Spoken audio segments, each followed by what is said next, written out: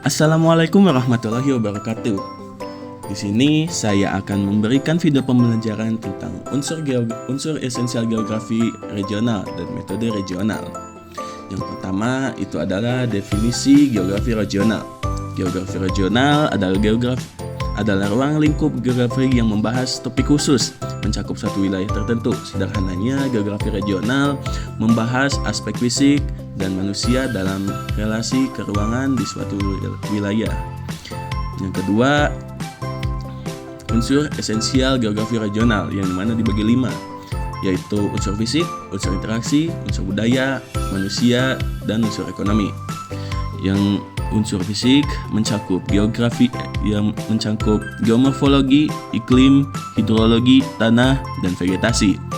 Untuk yang interaksi mencakup interaksi antar unsur fisik dan manusia, interaksi antar unsur manusia, interaksi antar wilayah.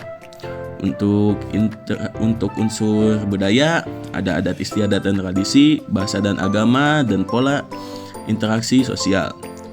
Untuk unsur manusia, demografi, sosial budaya, ekonomi, dan politik. Untuk unsur ekonomi yaitu sektor pertanian, sektor industri, dan infrastruktur.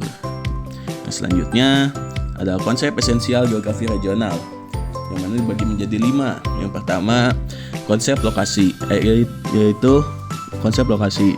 Lokasi adalah posisi suatu tempat di permukaan bumi, yang mana posisi ini dibagi menjadi 2, yaitu ada posisi absolut dan juga relatif. Untuk posisi absolut berdasarkan koordinat. Contohnya Palembang berada di 2 derajat 59 menit 27,99 lintang selatan. Dan 104 derajat 45 menit 24,24 detik bujur timur. Lokasi relatif berdasarkan objek sekitar. Contoh, Palembang terletak di utara Kabupaten Ogan Ilir. Yang kedua ada tempat atau place. Tempat atau place adalah mencerminkan karakter fisik atau sosial di suatu daerah, dibentuk oleh unsur fisik, iklim, tanah, air, morfologi, flora, fauna, dan manusia, populasi, pendidikan, dan budaya. Dan dikaji melalui site atau kondisi internal dan situasi atau kondisi eksternal. Yang ketiga adalah hubungan timbal balik. Hubungan timbal balik adalah interaksi antar faktor fisik.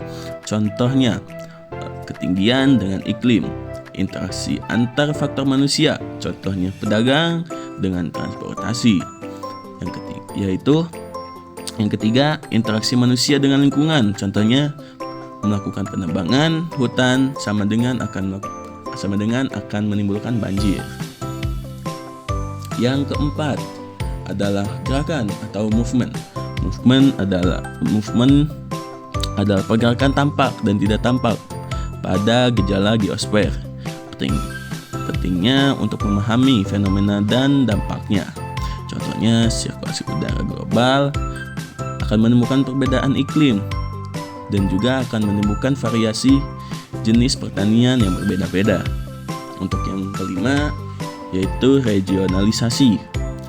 Regionalisasi yaitu pengelompokan data sejenis untuk mengidentifikasi persamaan dan perbedaan wilayah.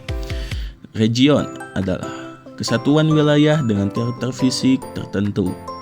Untuk yang ketiganya, karakteristik dapat berupa aspek fisik, manusia, atau kombinasi keduanya. Selanjutnya ada metode regional dalam geografi yang dibagi menjadi 2.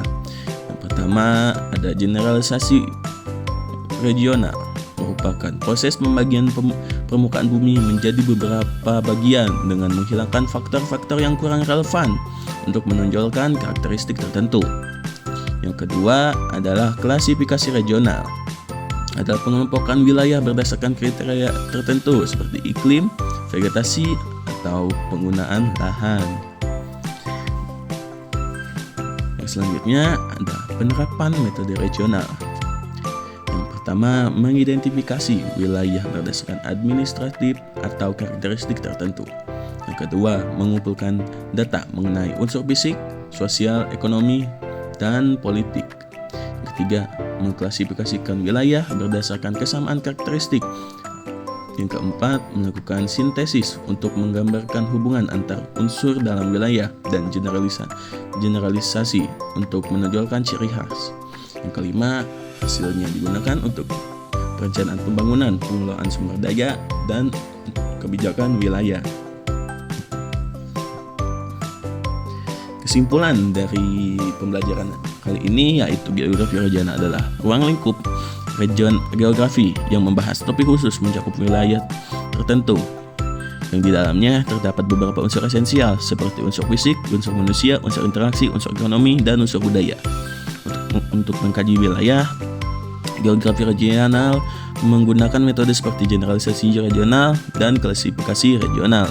Sekian dari video pembelajaran kali ini. Terima kasih telah menonton sampai akhir. Wassalamualaikum warahmatullahi wabarakatuh.